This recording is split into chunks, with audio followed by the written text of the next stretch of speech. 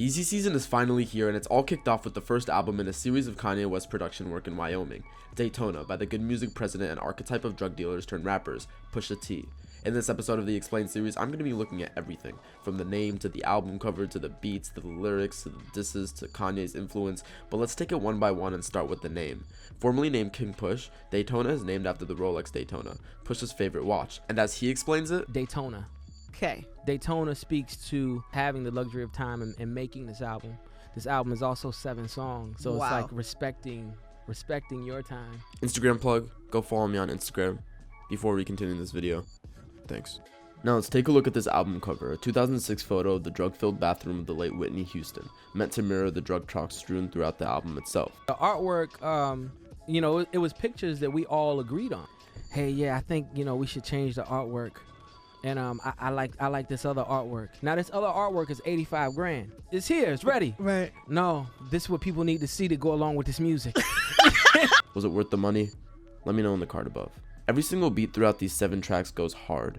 You can tell the samples were expertly picked, and I'm still confused on why they had to go to Wyoming to do it, but whatever the reason was, it worked. So as far as the lyrics go, it's bars after bars, as it always is with Pusha. Most of his songs are his usual drug talk, making us wonder how he manages to keep us satisfied and make it feel like it's new when he's rapping about the same topic album after album. But I wanted to focus in on some of the more nuanced messages in the song, particularly on the songs What Would Meek Do, which features EA himself, and the hard-hitting, hookless closing track Infrared.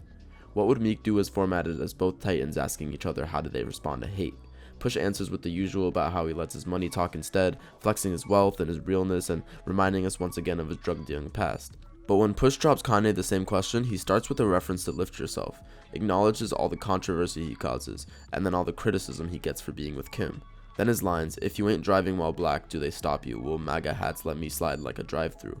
is a reference to his recent support of Trump on Twitter. And here he's saying possibly that he still acknowledges discrimination towards black people, and his support of Trump represented by wearing a MAGA hat is a test to see if he would still be subject to discrimination if he were to take Trump's side, implying that maybe the whole fiasco might have been something of a stunt or an experiment for the public. But I think we won't know for sure, and I think it's too early to tell until his full album drops next week. Finally, I want to look at Infrared, which he opens right away with a shot at Drake and rappers in general who don't write their own shit. It's so clever the way he puts it though, first comparing rappers who have ghostwriters taking credit to their lyrics to Trump taking credit for his win if the Russians did it, and then making a direct reference to Drake with "It was written like Nas but it came from Quentin." Nas here is shown as the example of the rapper who does write their own stuff, literally with his album It Was Written contrasted to Drake, whose verse on Rico was based off a Quentin Miller reference track. Then Push takes a shot at the award shows, making the point that rappers have to conform to white cultural standards and try to please white people to get recognition, and so he doesn't bother trying to win anything because he knows that if it isn't based on real talent, there's no point.